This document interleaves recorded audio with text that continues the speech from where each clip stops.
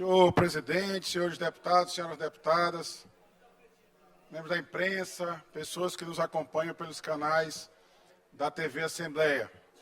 Senhor presidente, ainda sem voz, deputado Júlio Mendonça, que peguei uma virose no final de semana e ontem, ao discursar também, diante do sol escaldante no grito da terra, minha voz foi embora. Mas eu fico feliz porque quando falo, falo por muitos, e quando não falo, muitos falam por mim. Ontem foi um dia muito especial. Foi o dia em que amanhecemos com o Grito da Terra, organizado pela Federação dos Trabalhadores Rurais do nosso querido estado do Maranhão. Quase 5.000 homens e mulheres do campo vieram a São Luís, representando 1.600 comunidades rurais do nosso estado, para dizer a sua mensagem, para transmitir aos poderes públicos, ao poder legislativo, ao poder executivo e ao poder judiciário, que há pessoas que vivem na zona rural, que produzem, que trabalham e que garantem a alimentação do povo do Maranhão. Porque sabemos que boa parte da produção que nós consumimos, nós mesmos aqui, a elite do Maranhão, a classe média alta, consome os produtos da agricultura familiar. E sabemos da importância e da necessidade do Estado induzir a produção. Os movimentos têm uma frase muito conhecida, deputado Júlio Mendonça, eu parabenizo Vossa Excelência, que foi talvez o grande artífice do dia de ontem, ajudou, auxiliou na articulação do Grito da Terra, articulou, requereu a sessão de ontem. Eu soube e vi que ontem Vossa Excelência acabou não sendo o único protagonista na sessão, mas sabemos todos que Vossa Excelência foi o grande responsável por isso, foi quem apresentou o requerimento a esta casa, requerimento que a casa acabou aprovando ao final, mesmo com algumas objeções. A deputada Mical, por exemplo, se mostrou contrária à aprovação do requerimento do MST. Mas eu me recordo que eu ainda estava no governo, e a deputada Mical estava no governo Flávio Dino. Aliás, o governo Flávio Dino, o governador ainda era um governador comunista, ainda era do PCdoB.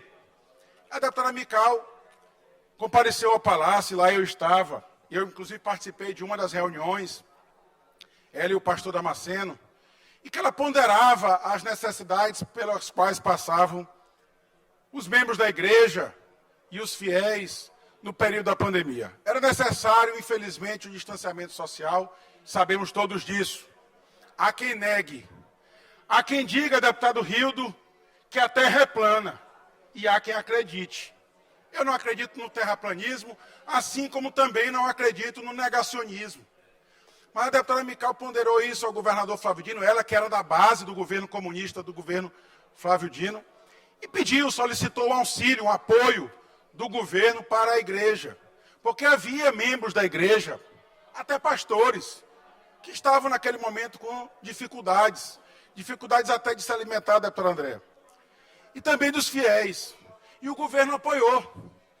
Nós depois criamos, eu já estava na Secretaria de Agricultura Familiar, sucedi o deputado Júlio Mendonça, quando criamos o programa, o deputado Roberto Costa, Vossa Excelência, que é muito dedicado à agricultura familiar, apresentou um requerimento ontem, até brinquei com Vossa Excelência, eu também apresentei um requerimento, meu requerimento nunca chegou à mesa, mas minha cesta básica e as pessoas que ocuparam a tribuna ontem lembraram da minha atuação na agricultura familiar.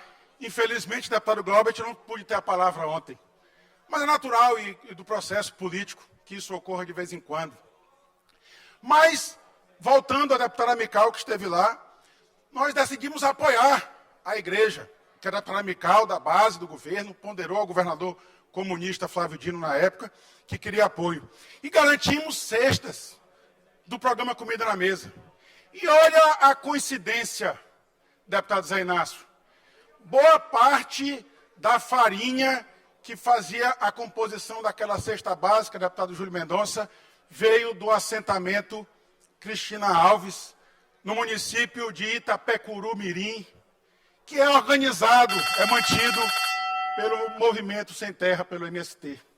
A deputada Mical distribuiu aos fiéis e também aos pastores e aos membros da igreja, aos pregadores, cestas básicas com produtos do MST.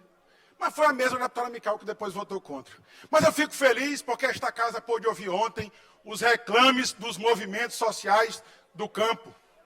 E ontem mesmo, eu sei que é um tema que talvez seja complexo, quando se fala aqui de revogar uma decisão desta casa, mas quando se falou da lei das terras, que os movimentos sociais do campo falam às vezes em lei da grilagem, ouviu-se um grito do plenário, da plenária da casa, ocupada por trabalhadores e trabalhadoras rurais, o grito do revoga já.